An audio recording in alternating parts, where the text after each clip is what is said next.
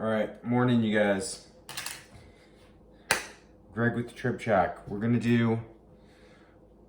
do some beef short ribs this morning. Now, first thing.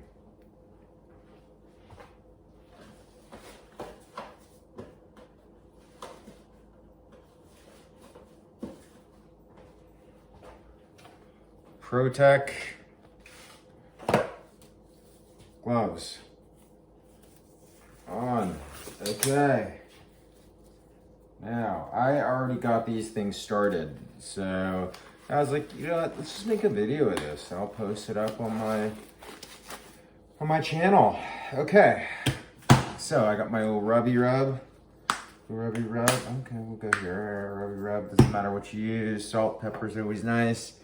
We've got a little Killer Hogs hot sauce. Yes, hot sauce. Okay. So first thing, you want to rip off the membrane. There's two membranes on a beef short rib, very similar to what you would find on any pork rib. So you want to rip that off as best you can.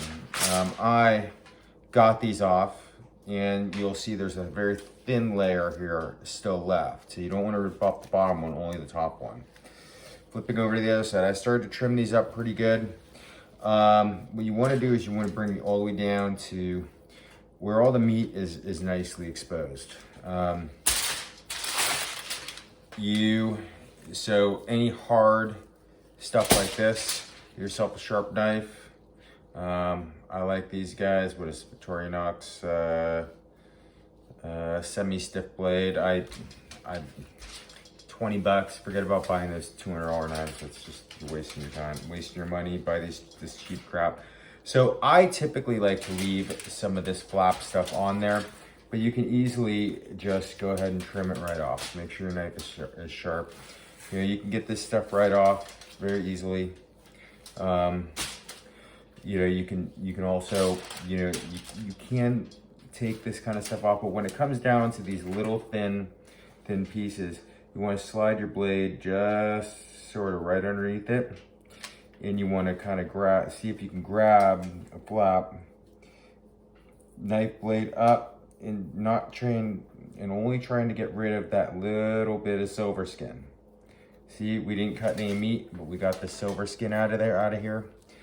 And that's the kind of stuff you kind of want to get. But this guy looks pretty cleaned up. I already started it, and I am gonna leave a little fat on there. So, but here's what we're gonna really do. So this is how you kind of want your short ribs looking. So now, most important thing. So I've got a little fat here, you know, something like this. And easily just take this right off. Boom, got it. Goodbye. You're not gonna use it for anything. You're not gonna use it for sausage. You can take, you know, you could trim a little. You could trim a lot. Whatever. Just depends on what kind of a mess you want to make in your pit. Next step, dirty hand, clean hand. All right.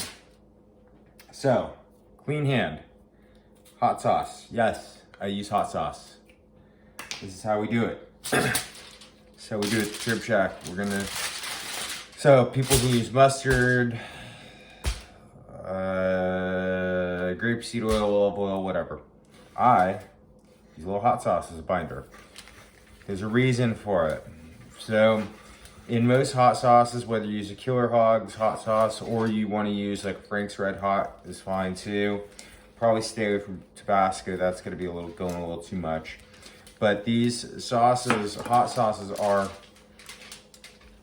more vinegar based, and the vinegar helps break down your meat. So we're going to give these just a basic all-purpose beef rub. You can use whatever the heck you want, you know. Give it a little shake. Always try to give it a little shake about, you know, 8 to 10 inches above. You don't have to hit you're kind of wasting a lot of rub by hitting it on this backside, because nothing's really going to penetrate. This is really overall just to kind of give it a little extra color. That's about all it is. Now we're going to give it a little flip. All right. Once again, back with the hot sauce. Yes, hot sauce.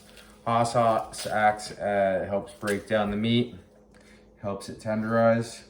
Has vinegar in it. And you will not taste it.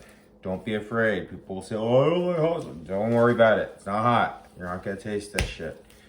So, now it's nice. It's a binder. Helps the rub stick. Put that aside. Once again, coming back with the clean hand. This is the side that's more important. Okay?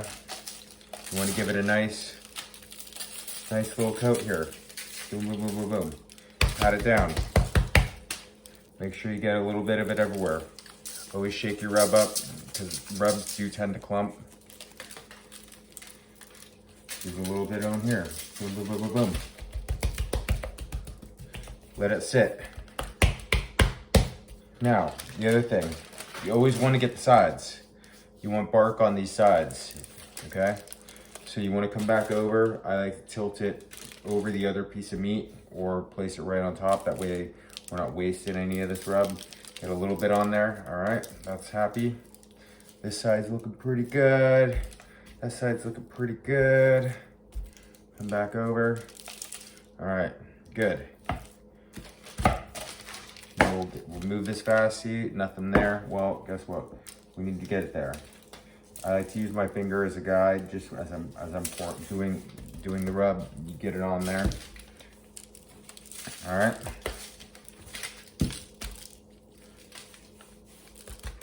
All right, all sides are done. Happy, dirty hand. Now, let these sit for probably about 40 minutes and before you throw them on the pit. All right, beef short ribs by Trib.